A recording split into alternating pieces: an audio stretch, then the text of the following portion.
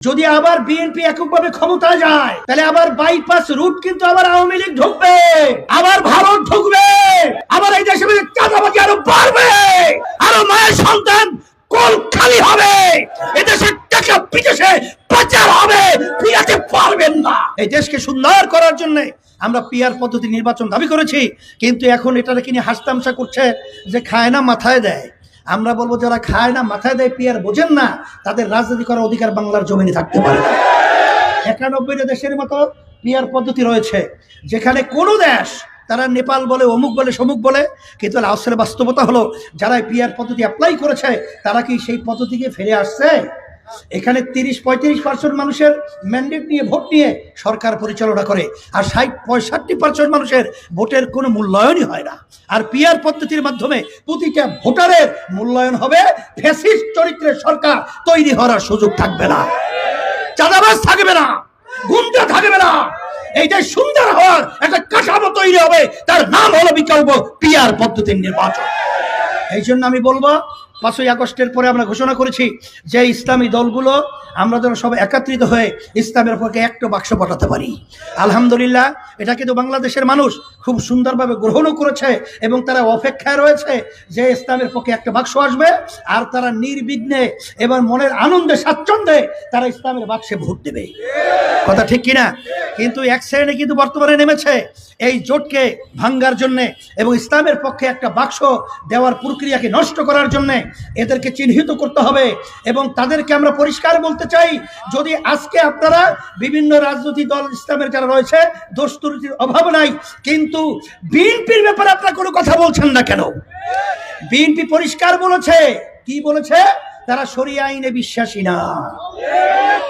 তারা পরিষ্কারভাবে বলেছে তারা এই ইসলামের শক্তির উত্থান নিয়ে তারা উদ্বিগ্ন, চিন্তিত এবং তারা খুব অস্থির অবস্থায় আছে ইসলামের শক্তি কেন বাড়ছে।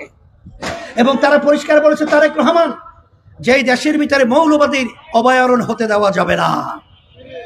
এরপর তারা পরিষ্কারভাবে আপনারা দেখেছেন তাদের কথার সাথে ভারতের কথার সুর মিলে যায়।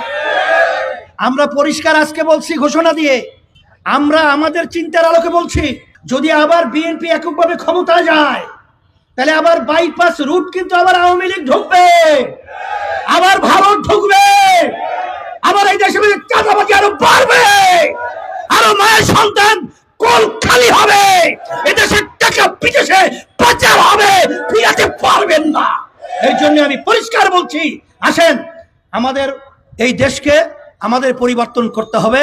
বাংলাদেশের ভিতরে এখন একটা দেশ গড়া, ইসলামের পক্ষে একটা উত্থান হওয়া এবং মানবতার কল্যাণের একটা পরিবেশ তৈরি হয়েছে, কিন্তু আমরা দেখেছি এক শ্রেণীর স্বার্থান্বেষী ভাব। আজকে আমাদের যে দাবিগুলো ছিল মৌলিক সংস্কার, দৃশ্যমান বিচার, এরপরে জাতীয় নির্বাচন, কিন্তু অন্তর্বর্তীকালীন সরকারের প্রধান তিনি কিন্তু আমাদের বাংলাদেশের মানুষকে সে কমিটমেন্ট করেছিলেন। কি করেছিলেন? যে তার 3টা কাজ, একটা হলো সংস্কার, আর একটা হলো দৃশ্যমান বিচার, এরপরে জাতীয় নির্বাচনের পরিবেশ তৈরি করা। কিন্তু আমি বলবো দৃশ্যমান কোনো সংস্কার হয়েছে? দৃশ্যমান কোনো বিচার হয়েছে? এর আগে জাতীয় নির্বাচন ঘোষণা করলো, অনেকে আবার বলে আমরা নির্বাচন পিছাতে চাই। যদি আমাদের এই দাবি পূরণ হয় কালকে নির্বাচন দেবেন, আমরা প্রস্তুত রয়েছি। কিন্তু যেন তেন সেই নির্বাচন 53 বছর আমরা যে দেখেছি যে দিনের ভোট রাতে বাক্সে ঢুকানো, আমরা দেখেছি বাংলাদেশের মানুষ ভোট দিতে পারে নাই। সেই পরিবেশে যদি আবার নির্বাচন করা হয়, নরসিংদীতে আপনি দেখেছেন 2-1 দিন আগে, কালকেই না কালকে পরশুদিন ঘটনা, সেখানে একজন এসপি সে ঘোষণা করেছিল চাঁদাবাদ মুক্ত সে জেলা ঘোষণা করবে, কিন্তু তার উপরে চড়াও হয়ে গুন্ডারা তাকে আঘাত করেছে, মার দিয়েছে, অপমান করেছে। এখন এই অবস্থায় যদি জাতীয় নির্বাচন হয় তাহলে গুন্ডাদের তাণ্ডবে আপনারা কি ভোট দিতে পারবেন?